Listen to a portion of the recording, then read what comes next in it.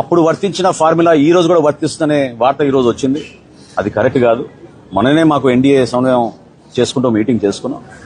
So రాబోయే రోజుల్లో మన బలబలాలని బట్టి, మన నాయకత్వాన్ని బట్టి, ఏ మున్సిపాలిటీలో, ఏ జిల్లాలో ఎక్కడ మనకి నాయకత్వం బాగా ఉందో వివిధ పార్టీని సమన్వయపరుచుకుంటూ Telugu Desam party, Janasena party, Bharatiya Janata party మూడు కూడా ఒక బాధ్యతతోటి క్షేత్రస్థాయిలో నిలబడిన నాయకత్వాన్ని గౌరవించుకుంటూ వాళ్ళకి అవకాశాలు కల్పించుకుంటూ తీసుకెళ్లాల్సిన అవసరం ఖచ్చితంగా ఉంటుంది.